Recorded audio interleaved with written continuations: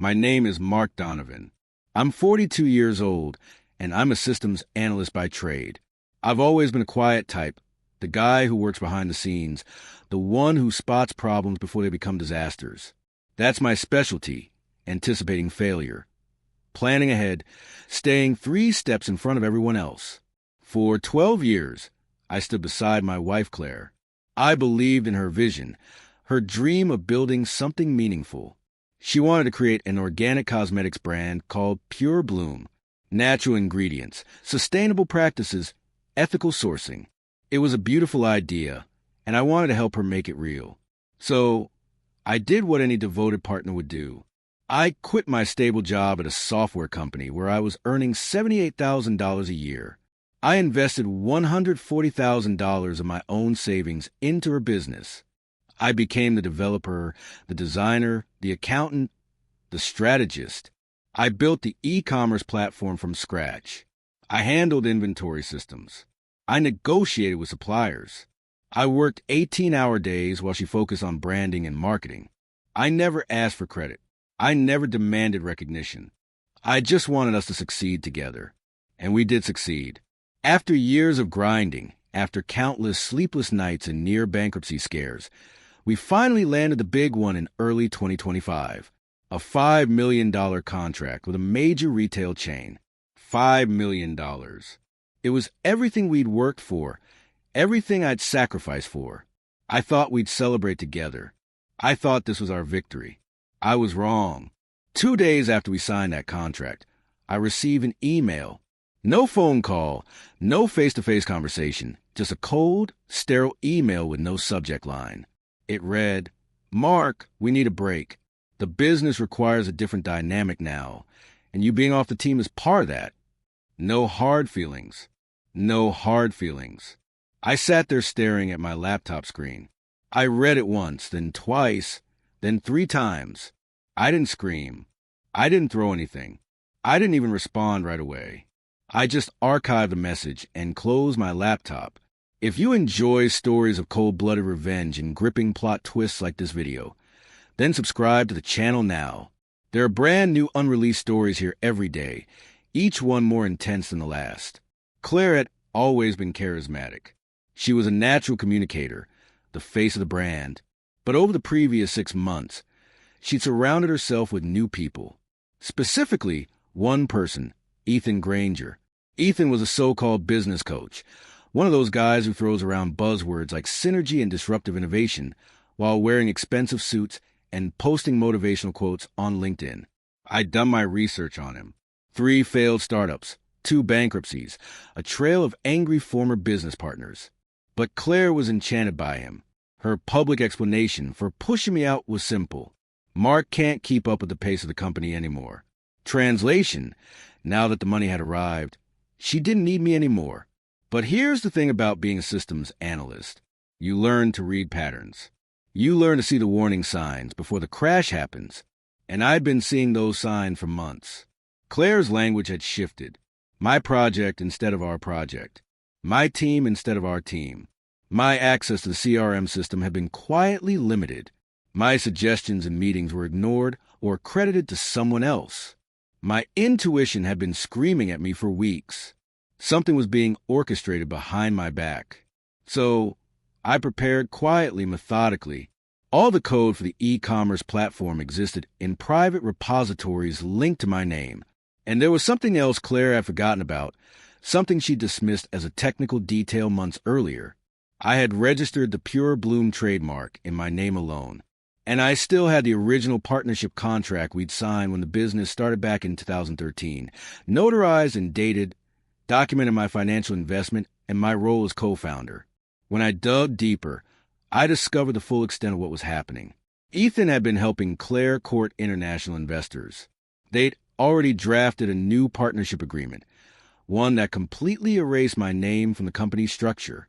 They planned to use a $5 million contract as leverage, push me out, then sell a significant stake in Pure Bloom to outside investors.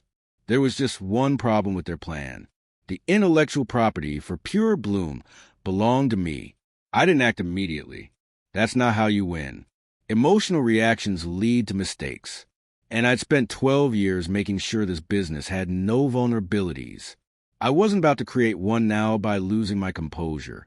Instead, I spent 3 days reviewing everything, every contract, every document, every piece of code, every registration. I mapped out the entire business structure like I was debugging a system, looking for dependencies, identifying critical failure points. What I found was exactly what I needed: the website architecture, the payment processing through Stripe, the inventory management software, the automated email sequences through MailChimp, the logistics coordination platform. I had built every piece and I controlled access to all of it. Claire had grown comfortable. She'd stopped asking how things worked. She just expected them to work. She posted on Instagram, met with buyers, did interviews, attended networking events. But she had no idea how to actually run the technical side of her own company. On day 4, I made my move. I didn't destroy anything. I didn't sabotage the systems. I simply revoked my access. I removed my administrative credentials from the servers. I disabled the integrations I'd personally maintained. I logged out of third-party services where I was listed as the primary account holder. Then I did something even more important. I contacted our business bank and filed a formal notice of ownership dispute regarding the company name and assets. I included copies of the trademark registration, the original partnership agreement, and documentation of my financial investment. The effect was immediate and catastrophic. The $5 million retail contract included a standard clause requiring clear legal ownership of all intellectual property and brand assets. When the legal department at the retail chain was notified of an active ownership dispute, they immediately suspended the contract pending resolution. Suspended, not canceled, just frozen. But frozen was enough. Within 6 hours, Pure Bloom's entire online operation was in freefall. The website was inaccessible. Order fulfillment stopped. Customer service emails went unanswered. The automated marketing systems went dark. My phone started ringing at 2 o'clock in the afternoon. Claire, I didn't answer. She called again and again and again. Then the text messages started. Long paragraphs pleading, confused, then angry, then pleading again. Mark, what's happening? The site is down. I can't access anything. Please call me back. This is insane. We need to talk. Call me. You're being childish. Fix this now. Please. I'm sorry. We can work this out. I responded to none of them.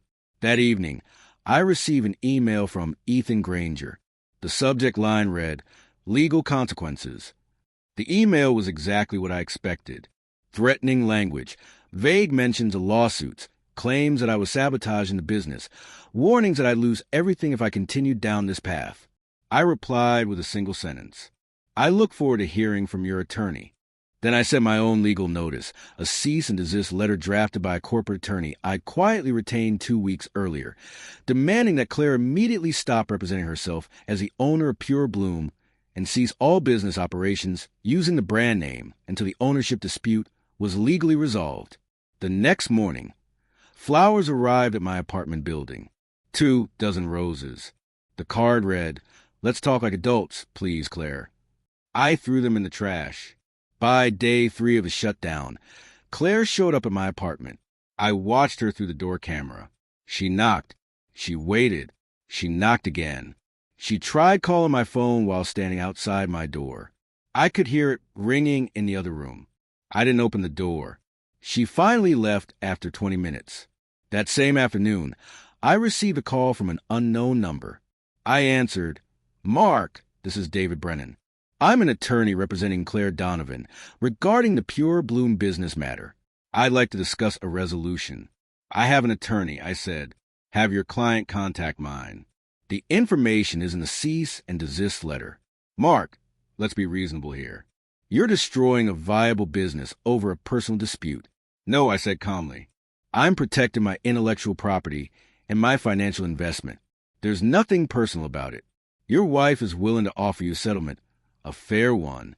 My wife sent me an email telling me I was off the team 2 days after we signed the biggest contract of our lives. If she wants to discuss anything, she can do it through proper legal channels." I hung up. The preliminary hearing was scheduled for 2 weeks later. I arrived with my attorney in a banker's box full of documentation, emails, code repositories, financial transaction records, trademark certificates, the original partnership agreement, screenshots of my contributions to the business, testimonials from vendors and contractors who'd worked with me directly. Claire arrived with her attorney and Ethan Granger. The judge reviewed the initial filings, then looked up at Claire's attorney. Counselor, your client is operating a business under a trademark registered to the plaintiff. Is that correct? Your Honor, Mrs. Donovan was under the impression that the trademark was registered jointly. Impression isn't relevant. Registration is a matter of public record. Was it registered jointly? A pause. No, Your Honor. The judge turned to Claire. Mrs. Donovan, did you register this trademark? Claire's voice was quiet. No, Mark did. Did you authorize him to register it on your behalf? I thought it was a formality. I didn't think it mattered who registered it. The judge's expression didn't change. It matters. It matters significantly. He reviewed more documents.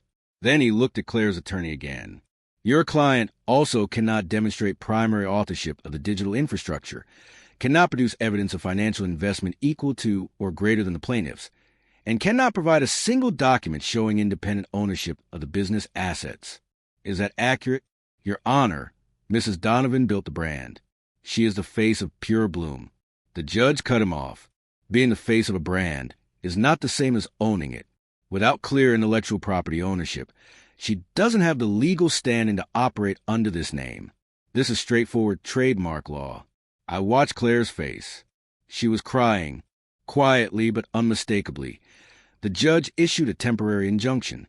Claire was prohibited from using the Pure Bloom name, logo, or any associated branding until the ownership matter was fully adjudicated.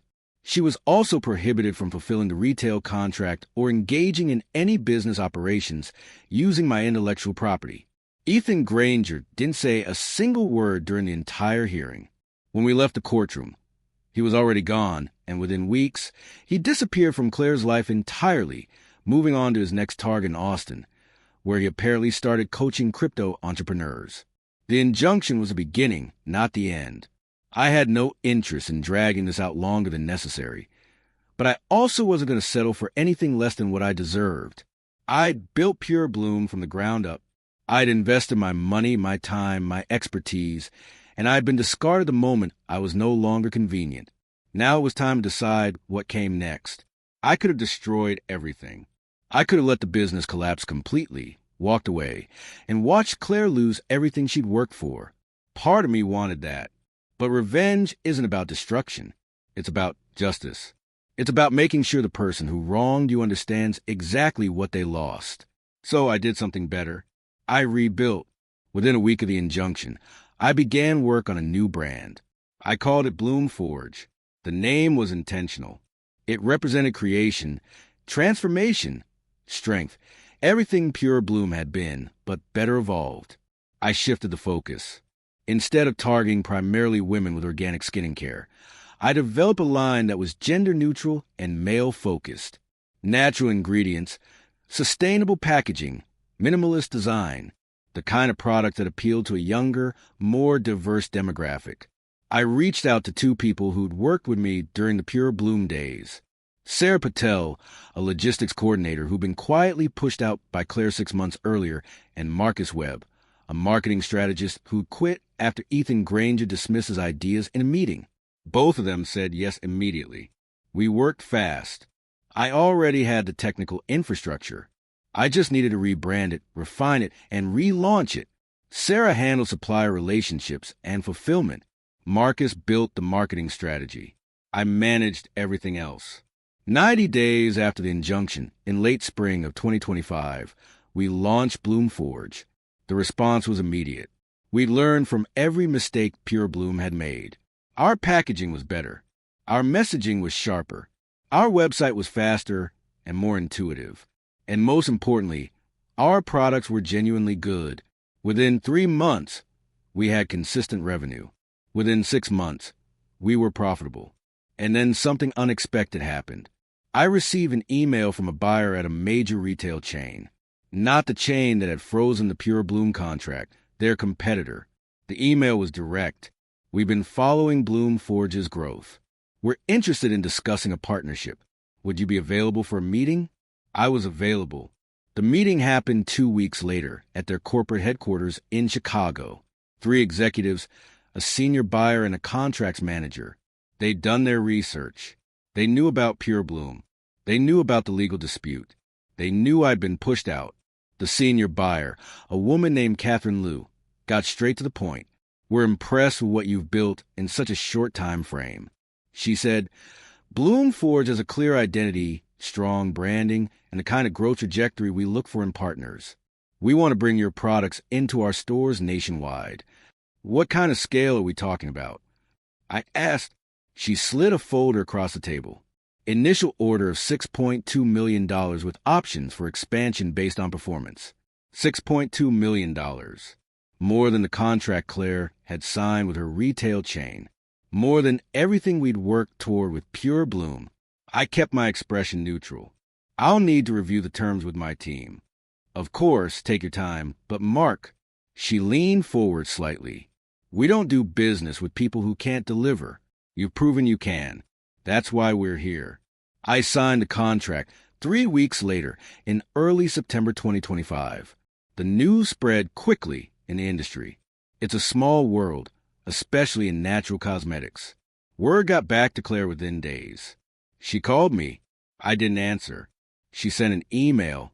Subject line, congratulations. The body of the email was short. I saw the announcement about Bloom Forge. You deserve it. I'm sorry for everything. I hope you can forgive me someday. I didn't respond, but I did send her something else. A formal legal notice drafted by my attorney, demanding that she immediately cease any use of visual elements, color schemes, package designs, or marketing materials that bore any resemblance to the original Pure Bloom brand, as all those elements had been created by me and were now being repurposed under the Bloom Forge trademark. Her social media accounts went dark within 48 hours. The half-functional website she tried to rebuild disappeared a week later. I learned through a mutual acquaintance that Claire had attempted to launch a new brand called Pure Elements. Different name, similar concept. She'd partnered with Ethan Granger again before he left, thinking they could replicate the success. It failed within 3 months. Turns out, when you don't have someone who actually knows how to build and run a business, branding and charisma only get you so far. She couldn't find reliable suppliers. Her website was clunky and slow. Her marketing was inconsistent. And without the credibility of a major retail contract, investors weren't interested. As for Claire, I have no idea what she's doing these days. I don't follow her on social media. I don't ask about her. I don't think about her. But sometimes I get messages on the Bloom Forge social media accounts, anonymous comments, things like, love this brand, so glad I found you, or your products are incredible, keep doing what you're doing. Some of them have a tone I recognize, a familiarity, a specific way of phrasing things. I'm almost certain a few of them are from her. I never respond to those either. Bloom Forge is thriving now.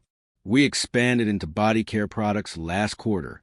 We're in over 800 stores nationwide. We've hired 12 full-time employees. Sarah's now the COO. Marcus is a VP of marketing. And I'm the CEO of a company I built from the ashes of betrayal. People ask me sometimes if I regret what happened, if I wish things had been different. The answer is no. I don't regret it because what happened taught me something essential. Love isn't measured by sacrifice.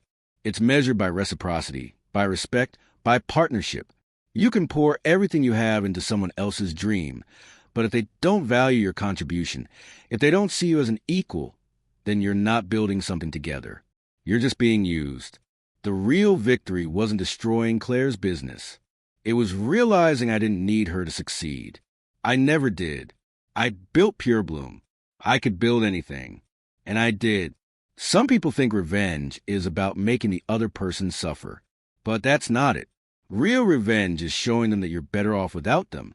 That everything they took from you, everything they thought made them powerful, was never really theirs to begin with. It was always yours. And when they realize that when they see you thriving while they're struggling, that's when they understand what they lost. That's the moment they know they made the biggest mistake of their life, and there's nothing they can do to undo it. I moved out of the apartment Claire, and I had shared. It was time for a fresh start in every sense. I found a loft in downtown Denver, modern and minimalist, with floor-to-ceiling windows overlooking the city. The rent was $2,800 a month, which I can now easily afford. It was the kind of place I'd always wanted but never prioritized because I was too busy investing in someone else's vision. Now I was investing in my own. The divorce proceedings were straightforward. Claire didn't contest anything. She couldn't. The evidence was overwhelming, and her attorney had advised her that fighting would only cost her more money she didn't have. We settled out of court. She walked away with almost nothing from the business because legally she'd never owned it to begin with. I kept the trademark. I kept the intellectual property. I kept everything I created. She got to keep the furniture. There was a moment during the settlement meeting when our eyes met across the conference table. She looked tired, older. There was something in her expression I'd never seen before. Regret, maybe, or just a hollow realization that she'd gambled everything on the wrong person and lost. I felt nothing. No satisfaction, no anger, no sadness, just a quiet, complete indifference. That's when I knew I'd moved on. Bloom Forge continued to grow. By the end of our first year, we'd exceeded every projection. The retail partnership expanded into a second phase, adding our products to premium locations in major metropolitan areas. We launched an online subscription service that brought in consistent monthly revenue. We started getting attention from industry publications. Forbes ran a feature on emerging brands in the natural cosmetic space. Bloom Forge was included. The article quoted me, "Success isn't about having the loudest voice in the room. It's about building something that speaks for itself." I didn't mention Claire. I didn't mention Pure Bloom. I didn't mention any of it because that chapter was closed. Sarah and Marcus became more than employees. They became partners in the truest sense. We made decisions together. We shared profits fairly. We respected each other's expertise. It was everything my partnership with Claire should have been, but never was. One afternoon, I was in the office reviewing quarterly reports when Sarah knocked on my door. "You have a visitor," she said. I looked up. "Who?" She says her name is Claire. I felt a slight tightness in my chest. Not anxiety, just awareness. "Tell her I'm busy." Sarah hesitated.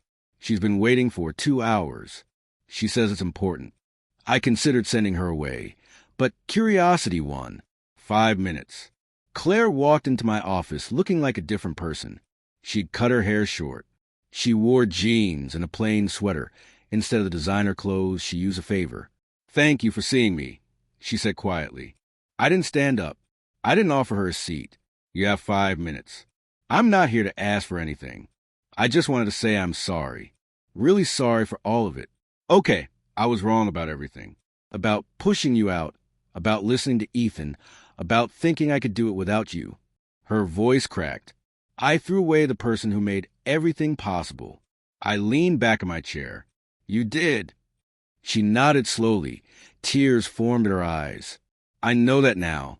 "Good. I see what you've built here. It's incredible. That's because I built it with people who value what I bring to the table." She wiped her eyes. "Is there any chance?" "No." The word hung in the air. "Claire, you made a choice. You chose empty promises over 12 years of partnership. You chose to discard me the moment you thought you didn't need me. And now that it all fell apart, you want to come back. I know I don't deserve." "You're right. You don't." I stood up. "But here's the thing. I'm not angry anymore. I don't hate you. I don't think about you at all. You're just someone I used to know, someone who taught me an important lesson. And for that, I'm actually grateful." She stared at me. "Grateful?" "Yeah, because if you hadn't betrayed me, I never would have built this. I never would have realized that I was the one with the real talent, the real vision, the real capability. So, thank you for that wake-up call." She was fully crying now. "Mark, please. Your 5 minutes are up." I walked to the door and opened it. Sarah was standing nearby waiting. "Sarah, can you show our guest out?"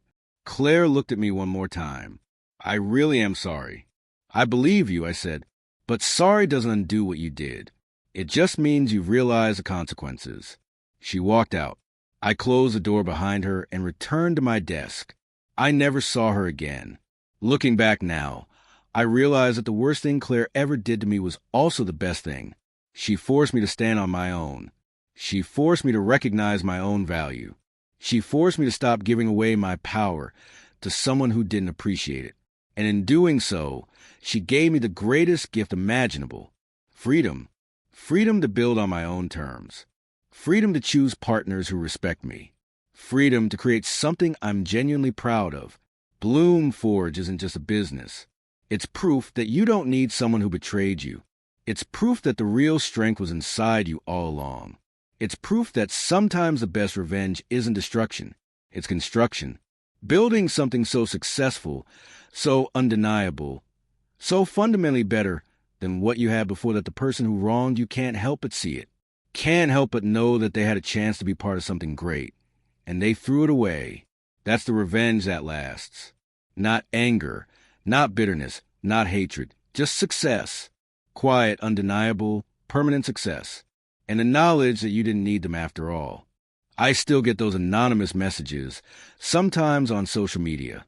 The ones I'm pretty sure from Claire. They're always supportive, always kind, always just a little too familiar. I don't respond, but I don't block them either because I want to see every new milestone, every expansion, every achievement, every moment of success that she could have shared but chose to abandon. That's not cruelty. That's just truth. She made her choice, and now she gets to live with it. As for me, I walk through life now with a clarity I never had before. I know what I'm worth. I know what I'm capable of. And I know that I'll never again sacrifice myself for someone who doesn't value the sacrifice. Love is partnership. Business is partnership. Life is partnership. And if someone can't see your value, if they can't respect your contribution, if they think they're better off without you, let them find out the hard way that they're wrong. Because the best revenge isn't making them suffer. It's making them realize what they lost. And by then, it's already too late. If you enjoyed this story, like this video, and leave a comment telling me what you thought. And if you're not subscribed to the channel yet, please subscribe and hit the notification bell to get alerts for new stories like this one. Thanks for watching, and see you next time.